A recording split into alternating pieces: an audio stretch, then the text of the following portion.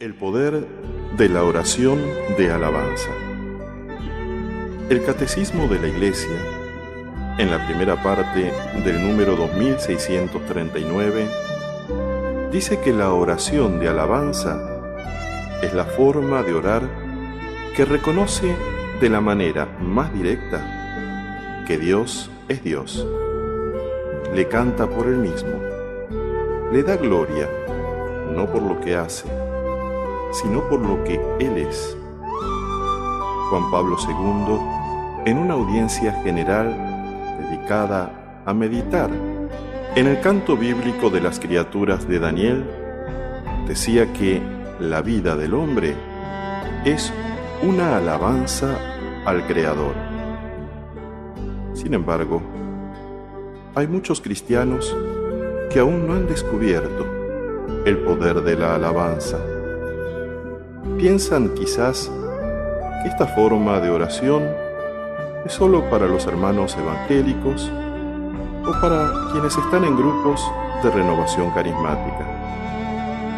Otros piensan que han de alabar a Dios solo cuando las cosas van bien y en sus vidas los resultados son según los propios planes.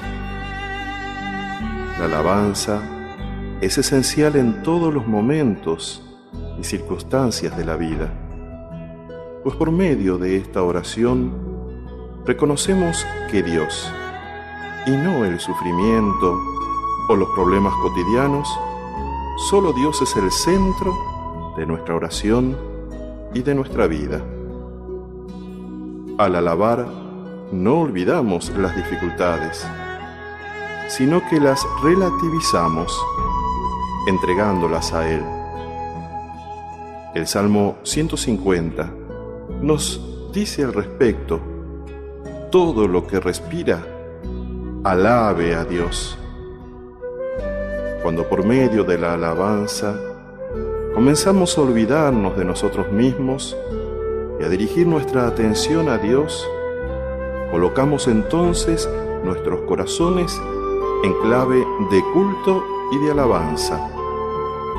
Algo nuevo sucede en lo más profundo de nuestro ser.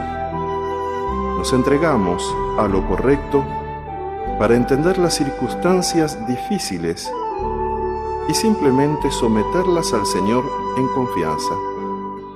Es como que le estamos diciendo: no entiendo, Señor, todo lo que está pasando en mi vida, pero confío en tu amor, confío en tu bondad. Eso permite que la paz de Dios inunde a través de la alabanza nuestros corazones, impregne todo nuestro ser y pueda Dios actuar con poder en nuestras vidas.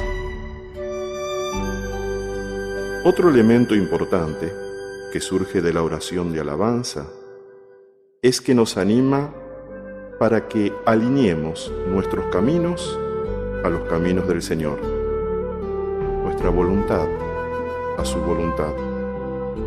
Y cuando sabemos que nuestras vidas están en sintonía con la voluntad de Dios, entonces conservaremos la paz aún en medio de las tormentas de la vida.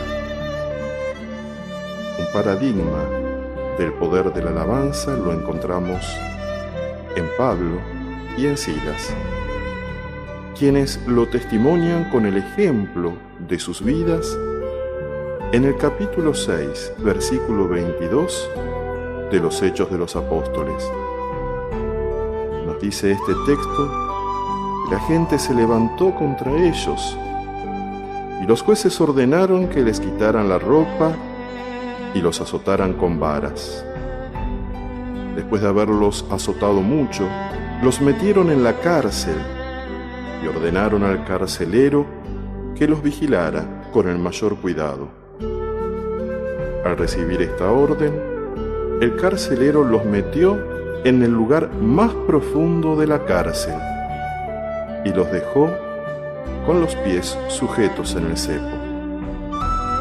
Pero a eso de la medianoche, mientras Pablo y Silas oraban y cantaban las alabanzas de Dios, y los otros presos estaban escuchando, vino de repente un temblor tan fuerte que sacudió los cimientos de la cárcel. En el mismo momento se abrieron todas las puertas y a todos los presos se les soltaron las cadenas. Hagamos una rápida lista de las cosas que sufrieron Pablo y Silas solo en esta ocasión. Tenían a la gente en contra, los agarraron con violencia y los golpearon, les sacaron la ropa, los azotaron despiadadamente, los encerraron en una de las celdas más profundas y hasta les sujetaron los pies con cepos. ¿Y esto por qué sucedió? Les sobrevino por haber hecho el bien, liberando a una mujer que estaba poseída por un espíritu de adivinación, como nos dice la misma palabra. Pero claro, a sus patrones no les convenía que la joven fuera liberada y sanada, pues sacaban provecho de su infortunio. Pablo y Silas, si hubieran querido, podrían haber tenido todo el derecho de llenarse de resentimiento y de enojo hacia quienes le hicieron tanto mal, pero sabían que si daban lugar a los pensamientos y a los sentimientos negativos no ganarían nada. Además, ellos conocían por experiencia que tanto la bendición como la maldición regresa a quien la da. Por eso comienzan a alabar y a bendecir. Ya habían sido formados sus corazones en el Espíritu de Dios, como quiere el Señor formar también nuestros corazones y nuestras mentes, por lo cual estaban decididos a cuidar lo más valioso que tenían en su interior, la presencia del Señor y su paz. Les podían arrebatar todos los bienes, pero lo único que no les podían sacar si ellos no la entregaban era la paz del corazón.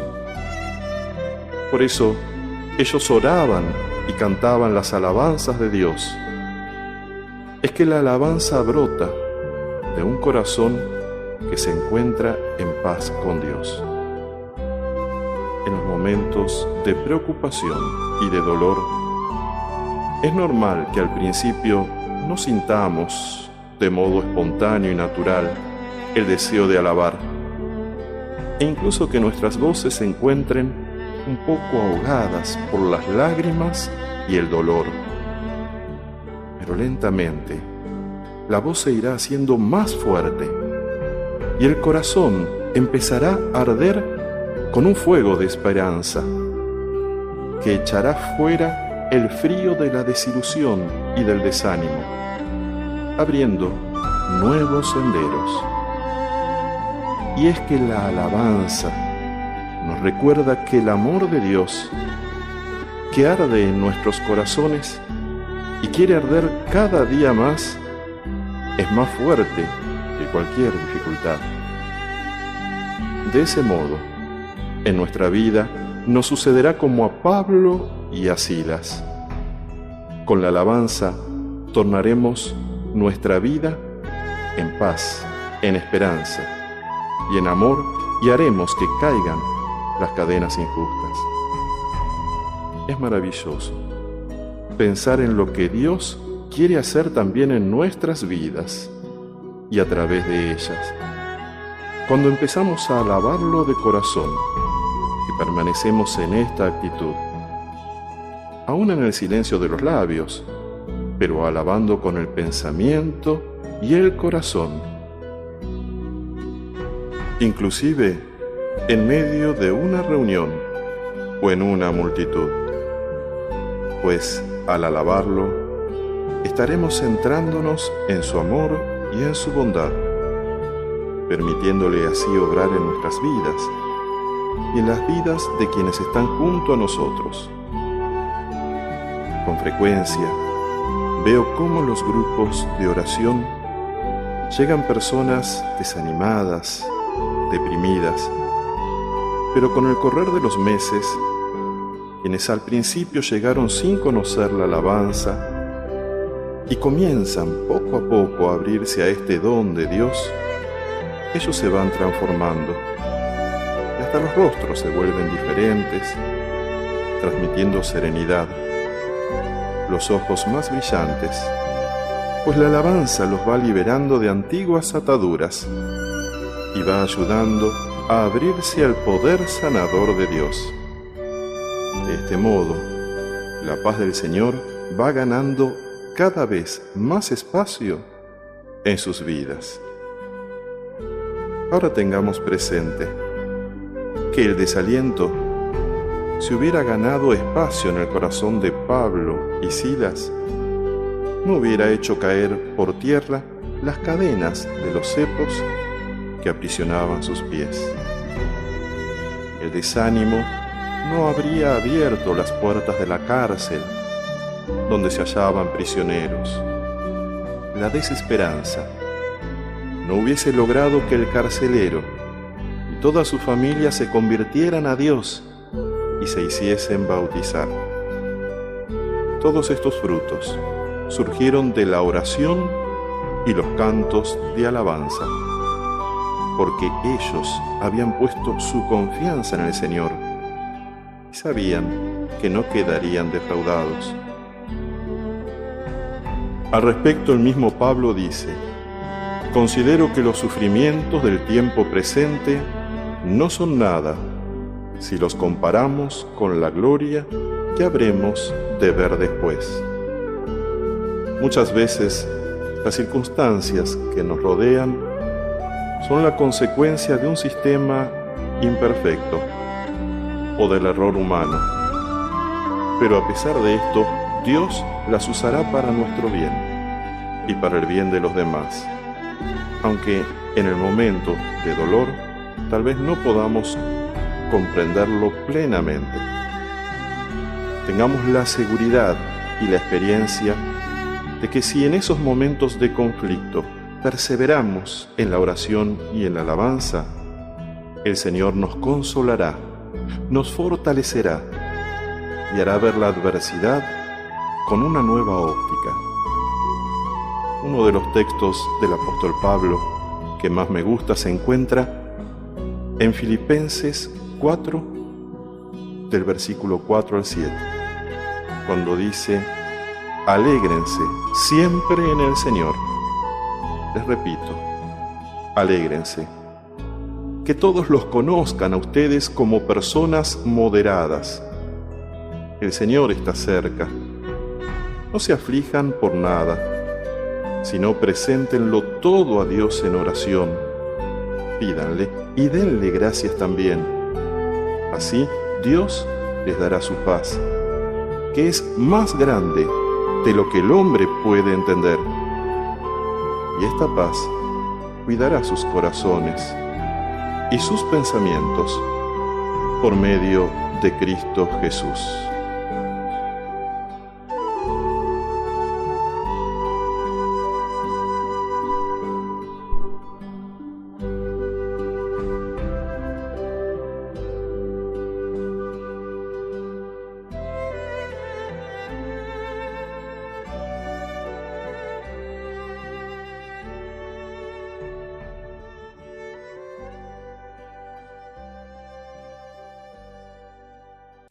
Un nuevo amanecer.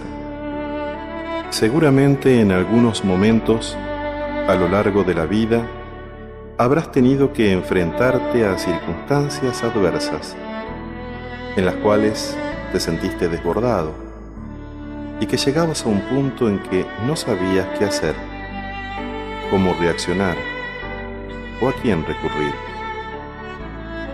Alguna de estas dificultades, debemos reconocerlo, las podemos identificar como consecuencia de que en algún momento hemos tomado decisiones erradas o hemos hecho elecciones que no eran las correctas. Sin embargo, muchas de estas situaciones dolorosas han tenido su origen y causa sin nuestra responsabilidad directa. es decir, que no hemos sido nosotros los que generamos esa angustia. En este momento se me ocurre pensar en tantos sufrimientos interiores provocados, por ejemplo, por la mentira de una persona en quien se confiaba, la traición de un amigo, la infidelidad de un cónyuge, el divorcio de los padres, y la lista podría ser mucho más larga. Pero también hay situaciones de sufrimiento causadas por situaciones externas a uno mismo, que por ser provocadas desde allí, no por eso son menos dolorosas. Por ejemplo, un accidente automovilístico sesgó la vida de una persona amada. El robo y el asesinato de un familiar o de un amigo nos privó de la presencia de alguien a quien amábamos. La injusticia crónica en el ámbito laboral, el anuncio de una enfermedad incurable. En fin, la lista podría ser interminable y cada uno de nosotros podría continuar agregando tantas otras situaciones en las cuales nos hemos sentido desbordados por el contexto en que tuvimos que atravesarlas y donde nos parecía que el dolor llegaba a tocar el núcleo de nuestras almas. Cuando escucho a personas que me cuentan cómo se sienten ante alguna situación de dolor, noto que utilizan ciertas expresiones que parecen asemejarse las unas a las otras, como son: me siento desbordado, superado, derrotado, fuera de control. Todas ellas hablan de la conciencia, de la propia fragilidad y de la impotencia. Y lo más llamativo es que en algunas personas este estado emocional es producido no solamente por situaciones del presente, sino por las huellas de dolor que arrastran del pasado. En algunos casos incluso de situaciones vividas hace ya muchos años. Es como que lo vivido, lo sufrido, les ha dejado marcas indelebles en el corazón, que parecen no terminar de borrarse, de modo que el sufrimiento del pasado les sigue afectando en el presente y como consecuencia no llegan a gustar y a disfrutar de los regalos que Dios les ofrece en este momento de la vida. Ante todo esto, la pregunta que nos hacemos es: ¿cómo salir de la noche oscura vivida en esos momentos del pasado para poder vivir un nuevo amanecer en nuestras vidas?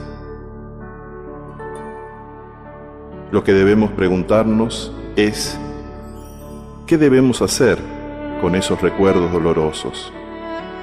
Puede ser que la situación que nos provocó sufrimiento ya no existe más, pero si no le permitimos a Dios entrar en lo profundo de los recuerdos y sanar las heridas del alma producidas en la propia historia, entonces el pasado será algo que nos seguirá afectando, amargando y enfermando hasta el día de hoy.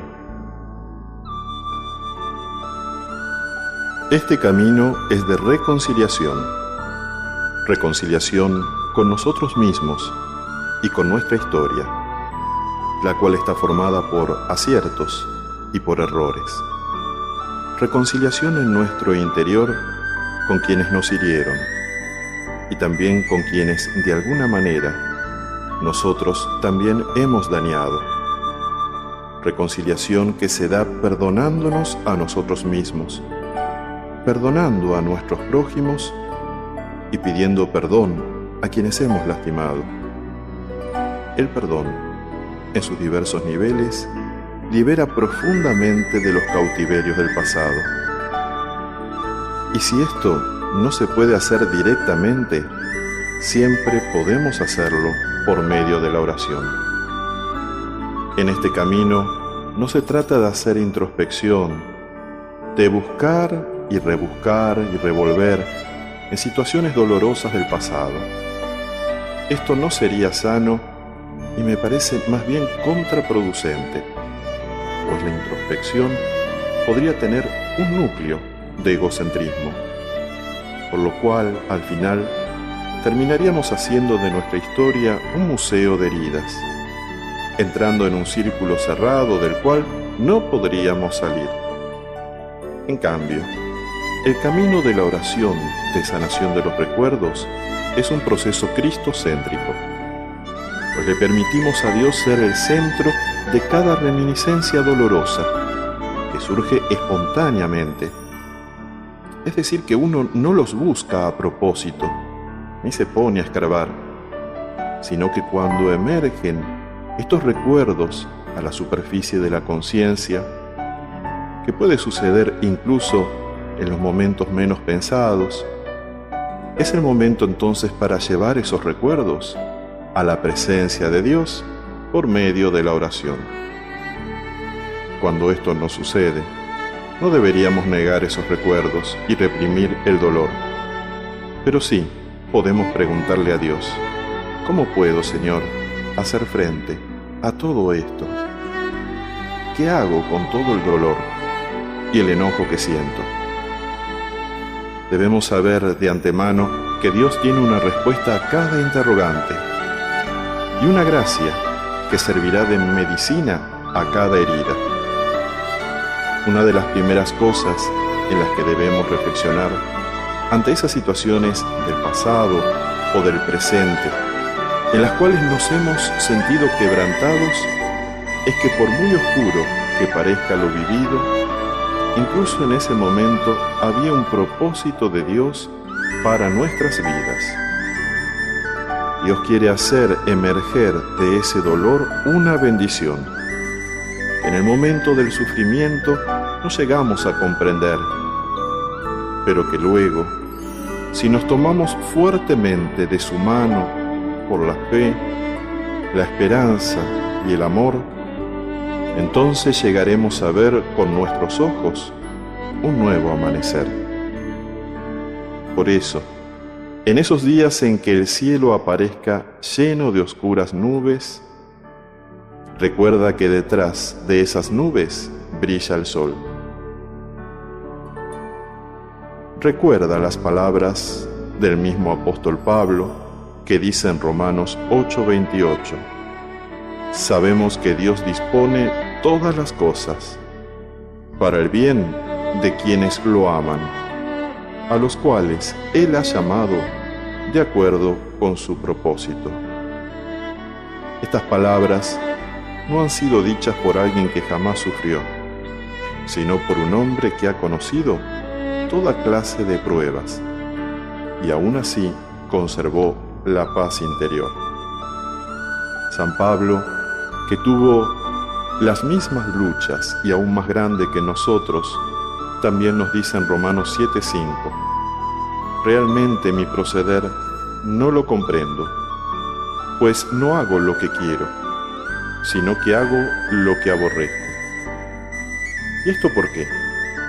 Porque la paz y la alegría que viene del Señor no han llegado todavía a impregnar las raíces más profundas de nuestro corazón.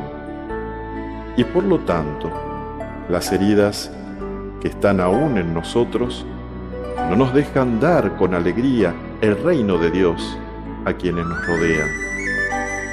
Alguien dijo una vez: pero esa paz es solo de los santos. Y yo respondo: esta paz la podemos alcanzar también nosotros por la gracia de Dios. Esto no quiere decir que uno sienta en algunos momentos la tendencia a dejarse llevar por la tristeza, el desánimo, el miedo, el enojo, la angustia o cualquier otro sentimiento negativo. Eso sería irreal e ingenuo, pero con la convicción de que el Señor está cerca y de que está con nosotros y en nosotros, lo que sí podemos y debemos hacer en esos momentos es acortar cada vez más la distancia entre la reacción del sentimiento negativo y la recuperación de la paz interior. Y repito, porque me parece muy importante esto, lo que sí podemos y debemos hacer es acortar cada vez más con la ayuda del Señor la distancia entre la reacción del sentimiento negativo y la recuperación de la paz interior. Nuestra pregunta es, ¿cómo lo logramos? Abriéndonos a la gracia de Dios a través de la oración y clamando desde el corazón, como también nos enseña el apóstol Pablo en Filipenses 4:6. Presenten todo a Dios en oración, pídanle y denle gracias también. Tengamos presente que si hablamos y actuamos, cuando estamos sumergidos en medio de las emociones negativas, nos puede pasar como quien tiene que conducir en un camino inundado por la neblina, la cual le quita la visibilidad al que maneja y le pone en riesgo de chocar con otro vehículo. Son muchas las personas que han tenido graves accidentes por manejar a mucha velocidad en medio de la niebla y así chocar con otro vehículo o salirse del camino. Del mismo modo, nos puede suceder también a nosotros, que al estar inundado por emociones negativas, perdemos objetividad y podemos ser guiados, como dice San Ignacio, por el mal espíritu. Es allí cuando debemos tener paciencia con nosotros mismos, con las situaciones que estamos viviendo y bajar la velocidad de nuestro pensar, hablar y actuar, no descuidando la oración, aun cuando ésta nos cueste, ni la cercanía a los sacramentos, siendo dóciles en el acompañamiento espiritual y teniendo la esperanza de que el nuevo amanecer ya está cerca. Por lo tanto, si estamos pasando por dificultades, no nos dejemos ahogar por el temor. Dios es más grande que esas situaciones dolorosas. Y Él quiere estar en ti. Él quiere estar contigo, guiándote en su paz cada día de tu vida. Terminemos ahora orando, pidiéndole al Señor las gracias que necesitamos. Padre amado, quiero ahora presentarte los problemas del pasado o del presente, que han venido a mi pensamiento, a mi memoria, mientras escuchaba estas reflexiones. Tú sabes lo que siento. Entra a mi mente y a mi corazón. Libera con tu radiante luz mi pensamiento y mis emociones de toda niebla que entorpece mi reflexión y mi sentir. Te pido que me ayudes a resolver según tu sabiduría divina y no según mis recetas humanas las situaciones conflictivas que aún están trabadas. Hoy te doy gracias en fe por las bendiciones que harás surgir una vez superada esta dificultad. Hoy te doy gracias por el nuevo amanecer que está por llegar. Amén.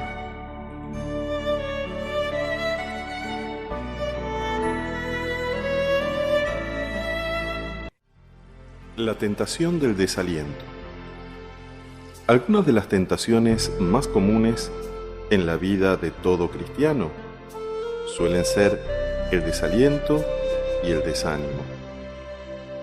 El mismo término nos da a entender lo que significa estar desalentado. Es como estar sin aliento, sin aire, con dificultad para respirar. Y es lógico que si uno no tiene hálito, si no respira, entonces muere. Lo mismo puede decirse del desánimo. La terminología nos remite a un cuerpo sin alma, lo que también nos habla de muerte. Por lo cual podríamos decir que quienes llegan a un grado de desaliento y de desánimo profundo, sienten que han perdido las fuerzas y las ganas de vivir. Y es que muchas veces en nuestras vidas las cosas no se dan como esperábamos. Y entonces existe el riesgo de que el desánimo pueda comenzar a invadir el corazón. El desánimo y el desaliento son ciclos de ánimo bajo, con los que todos nosotros en algún momento de la vida tendremos que batallar, porque si nos abandonamos a ellos, nos iremos sumergiendo en la espesura de la depresión, desde la cual será difícil regresar y hallar la paz. Solo Dios sabe las veces en que nos encontramos pensando: estoy cansado, aburrido, agotado, creo que no voy a continuar más haciendo tal o cual tarea.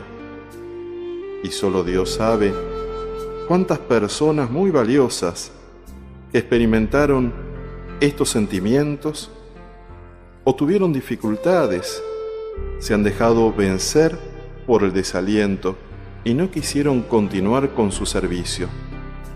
Dejaron una tarea valiosa que incluso Dios les había asignado, pero luego sintieron un malestar interior y la falta de paz, en lugar de disminuir, aumentó. En algunas personas este proceso ha sido repentino, pero en muchos es lento, gradual y casi siempre imperceptible, hasta que se dan cuenta de que han perdido la fuerza, la creatividad, la alegría y la vitalidad. Leyendo las Sagradas Escrituras, nos encontramos con varios personajes que en algún momento fueron tentados por el desaliento.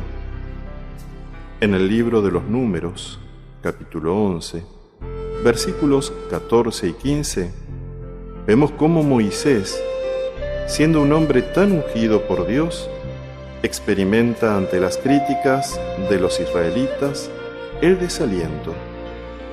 Llega a decirle a Dios: no puedo cargar yo solo con todo este pueblo. Es demasiado pesado para mí. Si me tratas así, prefiero que me mates, si es que realmente me quieres, antes que seguir viviendo en estos apuros. También Job, en 3:11, ante el peligro, la crueldad del sufrimiento y la enfermedad, maldice su suerte y grita: ¿por qué no morí al salir del seno de mi madre y no expiré cuando salía del vientre? Además, habría que agregar que el camino del desaliento y del desánimo no es solo un proceso psicológico, sino que tiene también un fuerte ingrediente espiritual, en el cual el maligno tiene mucho que ver. Solo nuestro Señor, con el poder de luz que irradia desde su sagrado corazón, puede darnos la fuerza para rechazar toda oscuridad en nuestro pensar, sentir, hablar y obrar. Solo en Él tenemos la plena victoria. Hay un cuento que ayuda a comprender cómo el desaliento es una herramienta usada frecuentemente por Satanás. Cierta vez se corrió la voz que el diablo se retiraba de los negocios y vendía sus herramientas al mejor postor. En la noche de la venta estaban todas las herramientas dispuestas en forma que llamaran la atención. Y por cierto, eran un lote siniestro: odio, celos, envidia, malicia, crítica, engaño, además de todos los otros implementos del mal.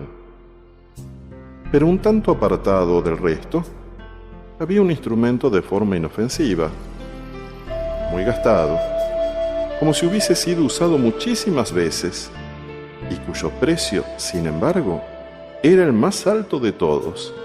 Alguien le preguntó al diablo cuál era el nombre de la herramienta. La respuesta fue desaliento. ¿Y por qué su precio es tan alto?, le preguntaron. Porque ese instrumento, respondió el diablo, me es más útil que cualquier otro. Puedo entrar en la conciencia de un ser humano cuando todos los demás me fallan. Y una vez adentro, por medio del desaliento, puedo hacer de esa persona lo que se me antoja. Está muy gastado porque lo uso casi con todo el mundo. Y como muy pocas personas saben que me pertenece, puedo abusar de él. Pero el precio del desaliento era pero tan alto, que aún sigue siendo propiedad del diablo. Pensemos las veces que sin darnos cuenta le hemos permitido a Satanás tener alguna clase de poder en nuestras vidas, aprovechando las herramientas del desaliento y del desánimo.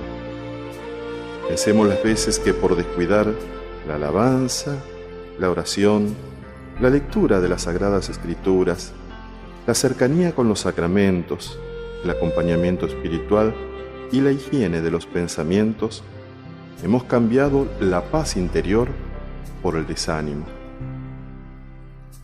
El desaliento es uno de los estados de ánimo contra el cual es indispensable fortalecerse a través de la oración. Nos desalentamos por las malas noticias que recibimos de los medios de comunicación o de quienes nos rodean, por los problemas económicos o laborales, por los conflictos familiares o comunitarios, por sentirnos engañados, traicionados, defraudados, y la lista podría continuar.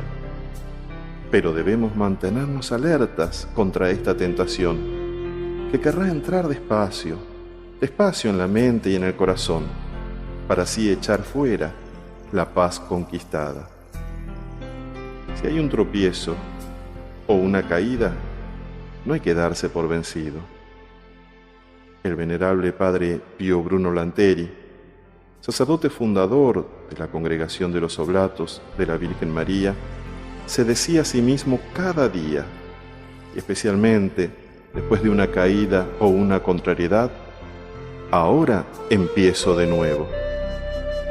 Y San Francisco de Asís le decía a sus frailes: comienza haciendo lo que es necesario, después lo que es posible, y de repente estarás haciendo lo que te parecía que era imposible. El poder de la alabanza anima al cristiano a vencer el desaliento y a tener una acción positiva ante la adversidad. Cuenta un poeta que caminando en su jardín vio un nido de pájaros en el suelo. La tormenta había sacudido el árbol y tirado el nido. Mientras pensaba triste en la destrucción del hogar del ave, levantó la vista y lo vio haciendo un nuevo nido en las ramas.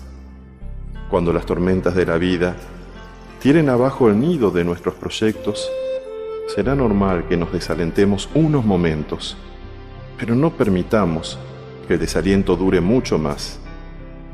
Permanecer en el desaliento es impropio de un hijo de Dios, pues si bien es cierto que las decepciones son inevitables, el desánimo es una mala elección. Ante los obstáculos que hallemos en la vida, podemos con la ayuda de la gracia reaccionar para recuperar con el Señor la paz del alma y echar afuera el desaliento. Además, así como la paz se puede transmitir entre las personas, lamentablemente lo mismo sucede con el desaliento. Hay personas que tienen un carisma de irradiar paz y alegría. Son aquellas que tienen la facilidad de estar en paz consigo mismas, siendo este el medio más seguro de comenzar a estarlo con los demás. Por el contrario, hay otras personas que contagian su desaliento y el mal humor a quienes los rodean. Nosotros, ¿en qué categoría nos encontramos? Cuando logramos controlar y manejar las decepciones de la vida, sucede algo extraordinario. nos vamos llenando de una fuerza espiritual y de una paz que podemos irradiar a quienes se hallan desalentados, animándolos a empezar de nuevo de un modo diferente. Y esto sin palabras, solo con el ejemplo de una luz interior. El mundo actual está lleno de desaliento. Necesita que nosotros seamos creyentes colmados de esperanza, para que con un corazón lleno del amor de Dios vayamos purificando el mundo de pesimismo y del desánimo. El sentimiento de culpa. Otro enemigo de la paz es el sentimiento de culpa. Y es que muchas personas, al tener en un momento inicial una reacción negativa, se sienten culpables. Y esa culpabilidad les impide crecer y arrojarse con prontitud a los brazos misericordiosos de Dios. Otros confunden el arrepentimiento con el sentimiento de culpa, siendo que son dos cosas bien diferentes, pues el sentimiento de culpa surge del egocentrismo, ya que nace del amor propio herido que sufre porque se ha afeado la imagen de sí mismo. Uno ya no puede mostrar ante sí y ante los demás la imagen de una vida intachable. Una persona que se deja llevar por la culpabilidad tratará de cambiar por sus propias fuerzas, en lugar de clamar por la ayuda de Dios, pues la culpa le hace creer que si lo alcanza con sus solas fuerzas y con el esfuerzo propio, será más digno ante Dios y más merecedor de perdón. Esto está tenido de un sutil orgullo, ya que estamos poniendo la fe en nuestras propias capacidades y no en el poder de Dios, que desde su misericordia puede transformar nuestro corazón hasta lo más profundo. La culpa es una emoción negativa, alimentada muchas veces por el recuerdo de una acción que se percibe como prohibida o imperfecta, o por la omisión en el cumplimiento de una obligación. Hay personas que crecen con el sentimiento de culpa porque no han recibido durante la niñez la reafirmación del amor de sus padres que los han perdonado de esos errores que todos los niños suelen cometer. Ellos han recibido el mensaje de que son malos a través de frases despectivas o tonos acusadores, por medio de los cuales también pudieron ser manipulados. Esta culpabilidad roba la paz, pues impide confiar en un Padre del cielo que desea perdonar. Hay quienes, aún haciendo lo mejor posible en cada momento de su vida, siempre cargan con la culpabilidad de que no hacen las cosas como deberían y tienen la sensación de indignidad como algo que los persigue. Otros, incluso, cuando empiezan a mejorar en algún área de la vida, llegan al punto de que se autoagreden de algún modo, echando a perder lo que estaban logrando, pues hay como una programación interior que les dice que tienen que pagar una deuda con la vida y que no merecen tener felicidad, pues estarían tomando algo que no les pertenece. En algunas familias, la culpabilidad parece ser como una enfermedad hereditaria que es absorbida por varios miembros de la familia, generación tras generación. En otras personas, la culpabilidad puede estar originada al ser concebidos, ya que no eran hijos deseados.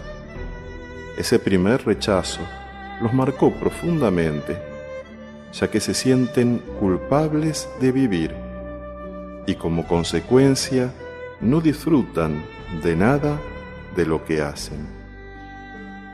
El pensamiento culposo no es igual al pensamiento arrepentido. En realidad, el sentimiento de culpa es una burda caricatura del verdadero arrepentimiento, pues la culpa habla en el interior de una manera hiriente, mientras que la voz del arrepentimiento es una voz de amor, pues procede del Espíritu de Dios, que habla al espíritu del hombre y lo invita a cambiar, a encontrar soluciones y a aprender de cada suceso de la vida, incluso del error. En el arrepentimiento centramos nuestra mirada en Cristo y creemos en las palabras de Isaías en el capítulo 1, versículo 18, que nos manifiesta la misericordia de Dios cuando dice: aunque sus pecados sean como el rojo más vivo, yo los dejaré blancos como la nieve. Aunque sean como una tela teñida de púrpura, yo los dejaré blancos como la lana. De ese modo, a través del don del arrepentimiento, cuando cometemos algún pecado, algún error, nos hacemos más conscientes de la gravedad de éste. Pero al verlo, a través de la dulce mirada de Dios, que conoce bien nuestras heridas, sentiremos su llamado a un cambio más profundo, dejándonos así abrazar por el Espíritu de amor, y clamaremos sincera y espontáneamente a Dios pidiendo la gracia de la conversión. Por lo tanto, quienes tienen una cierta tendencia a la culpabilidad deben estar atentos, pues esta puede ser un fantasma implacable que nos aleja de Dios, o al menos puede enfriar el fervor y la relación con Él. Pero en cambio, el arrepentimiento es la actitud que nos podría guiar para restablecer una relación saludable con el Señor. San Pablo, en la carta a los Filipenses, capítulo 4, versículos 6 y 7, dice: Dios les dará su paz, que es más grande de lo que el hombre puede entender. Y esta paz cuidará sus corazones y sus pensamientos por medio de Cristo Jesús. San Pablo habla aquí de una paz que supera los razonamientos humanos. Para algunos, quizás esto es difícil de entender, pues han endiosado el propio razonamiento, y esto nos puede hacer mucho daño, pues nos puede llevar a instalarnos en una falsa paz, en lugar de anclar nuestra vida en la paz de Dios. Algunas veces, el pensamiento que en apariencia es razonable y el pensamiento espiritual tendrán concordancia, pero otras veces no será así. Entonces necesitaremos lo que San Ignacio de Loyola llama la santa indiferencia, la cual en este caso se refiere a tener la suficiente imparcialidad emocional y racional para poder ver con serenidad y claridad la voluntad de Dios, fuente de verdadera realización, auténtica alegría y paz duradera. Un ejemplo del pensar solo desde la cabeza y no desde el espíritu se da cuando en Mateo capítulo 16, versículo 2 y siguiente, Jesús anuncia su pasión, y Pedro, llevándolo aparte, comienza a oponerse. Entonces Jesús le dijo a Pedro: «Quítate de mi vista, Satanás. Escándalo eres para mí, porque tus pensamientos no son los de Dios, sino los de los hombres». A ninguno de nosotros nos gustaría que Jesús nos hablase de ese modo. Sin embargo, ¿cuántas veces nuestra vida, lo que pensamos, lo que decimos o hacemos, está dominado por otros pensamientos y no por los pensamientos de Dios? Y esta puede ser una de las tentaciones más sutiles. Por lo tanto, mucho más peligrosa. Cuando recitamos la oración del Padre Nuestro, como nos enseñó Jesús en Mateo 6:10, le decimos a Dios: hágase tu voluntad en la tierra como en el cielo. Es decir, que lo que queremos que prevalezca en nuestra vida es la voluntad de Dios y no la propia, sabiendo que lo que Dios quiere para nuestra vida es lo mejor para nosotros mismos y para los demás. San Pablo decía al respecto en Filipenses 4:8: piensen en todo lo verdadero, en todo lo que es digno de respeto, en todo lo recto, en todo lo puro, en todo lo agradable, en todo lo que tiene buena fama.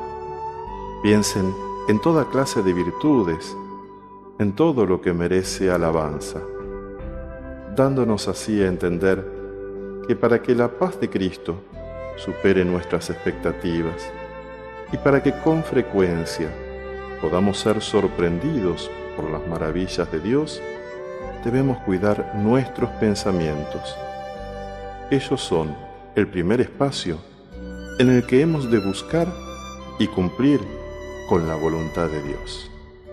Amén. Ejercicio de oración.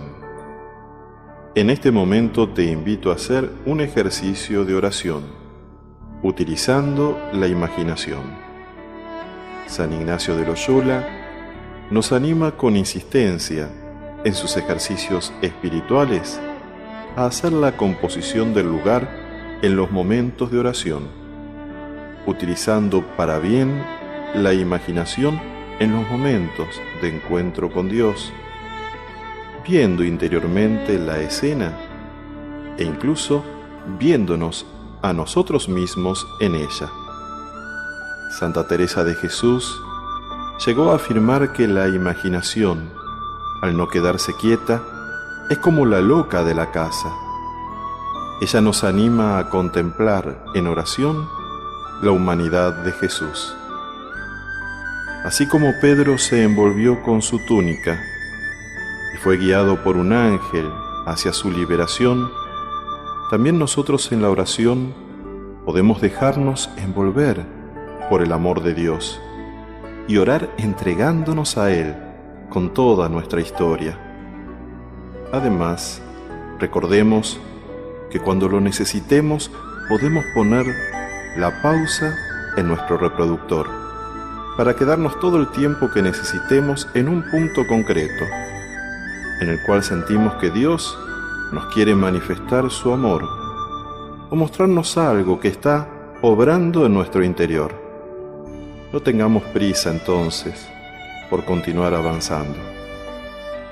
Ahora, puestos en la presencia del Señor, pedimos, Señor, tu luz, pidiéndote que nos animes en lo más profundo de nuestro corazón, para que podamos descubrir y reconocer con sinceridad todos aquellos sentimientos negativos que nos inquietan y perturban, todo aquello que aún se encuentra archivado en nuestro interior por lo que hemos sufrido y no hemos podido superar. Siente que estás sumergiéndote en la presencia del Señor y usando el don de la imaginación, haz la composición del lugar. Imagina que estás caminando descalzo por una playa, junto a Jesús, como dos amigos que se sienten a gusto, en total libertad, el uno con el otro, y que puedes conversar con Él con absoluta confianza. Siente el agua de las olas, que con su blanca espuma acaricia tus pies y los de Jesús.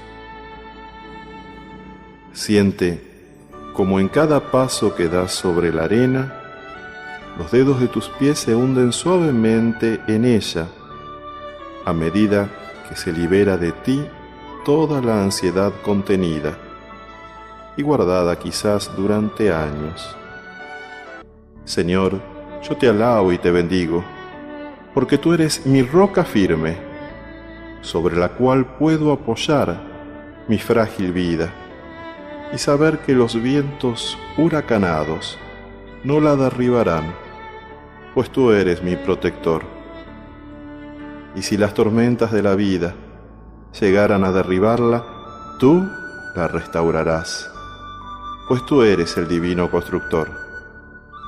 Señor, hoy te alabo y te bendigo, pues tú eres mi escudo y la fuerza de mi salvación, mi alto refugio, mi liberador. Amén.